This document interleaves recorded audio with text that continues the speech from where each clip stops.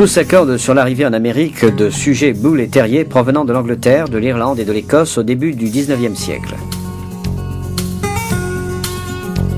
Pour sa part, M. Pascou soutient la thèse suivant laquelle l'American Staffordshire Terrier actuel descendrait des bulldogs et terriers de combat utilisés dans l'Angleterre entre le XVIIe et le XIXe siècle, et qui se distinguaient déjà dans les premiers Staffordshire Bull Terriers et dans les Blue Poll Terriers écossais.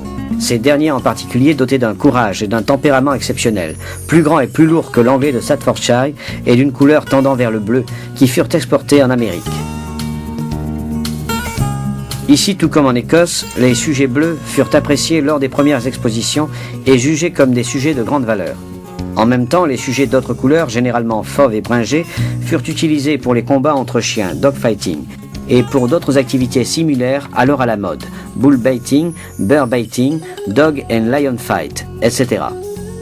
Alors que le Blue Poll Terrier s'éteignait en Europe, dès le début du XXe siècle, des croisements avec d'autres Staffordshire Bull Terriers primordiaux, descendants des légendaires Paddy, Pilot, Rafferty, Rock, des combattants invincibles importés et élevés par M. Cock et Charlie Lloyd, faisaient naître en Amérique de nouveaux exemplaires dotés de caractéristiques morphologiques et caractérielles particulières. Dans les années qui suivirent, ces derniers subirent des sélections et des croisements qui donnèrent origine à une multitude de chiens appelés de diverses façons: Pit Dog, Yankee Terrier, Half and Half, Pitbull, Staffordshire Terrier, American Bull Terrier, American Pitbull Terrier, etc. Mais mesdames Fraser et Nicolas, ainsi que bien d'autres éleveurs du Nord-Est et pas seulement, sont d'une toute autre opinion.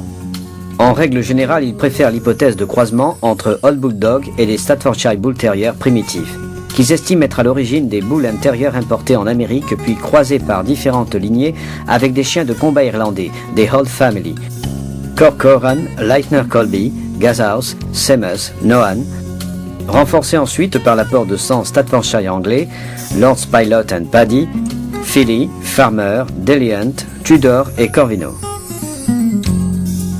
Suivant cette théorie, l'apport des chiens écossais serait donc négligeable dans la création des ancêtres de l'American Staffordshire Terrier. D'autres hypothèses encore limitent les origines de la race à un simple croisement entre des Staffordshire Bull Terriers primitifs de grande taille, effectués pour en augmenter poids et hauteur, ou bien prétendent que l'origine est due au hasard, avec des croisements spontanés et fixés ensuite entre d'anciens Bull Terriers et des chiens déjà présents en Amérique, et employés par les pionniers pour la chasse, la garde des troupeaux et la défense des caravanes contre les gros prédateurs. Au-delà de toutes ces théories sur les origines, il en existe tout autant qui mettent davantage l'accent sur l'aspect guerrier, à savoir la matrice commune de ces chiens tout au long du XIXe siècle. Vers la fin du siècle, la loi interdisant le combat de chiens entra en vigueur dans la plupart des États américains. En Angleterre, elle avait été promulguée dès 1835. Cet événement marque un tournant. Une partie de ces lignées de sang continuera d'être destinée au combat, alors que d'autres seront utilisées pour la création de la future race de l'American Staffordshire Terrier.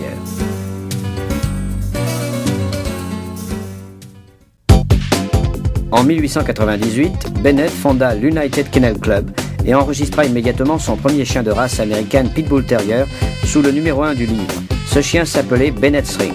Presque 40 ans s'écouleront encore avant qu'un chien italien ne rentre dans les registres de l'American Kennel Club depuis 1884, sous le nom de race de Staffordshire Terrier. Il est le seul organisme cynophile américain reconnu aujourd'hui encore par la Fédération cynologique internationale.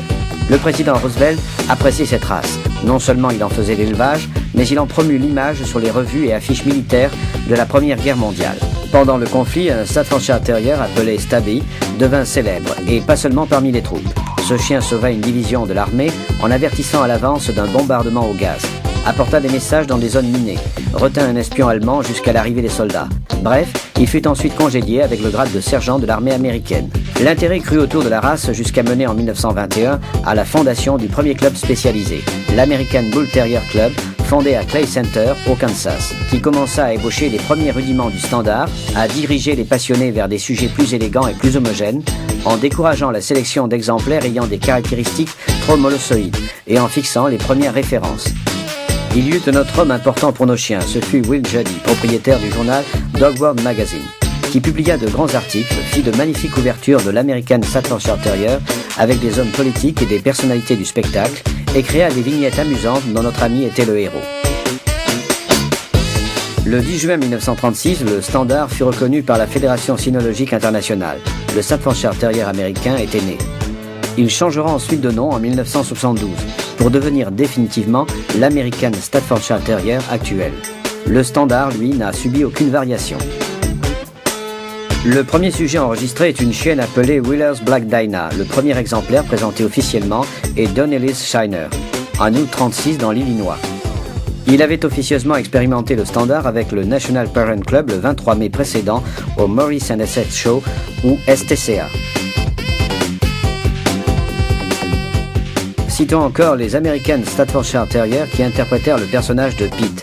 Le premier fut Pete Dean, né en 1929, chien-acteur qui commença par le cinéma dans les années 30 et 40, avec des films célèbres comme Big Ears et Shiver My Tibers, puis passa à la télévision The Little Rascal and Our Gang, où il contribua grandement à faire croître la popularité de ce chien parmi le public.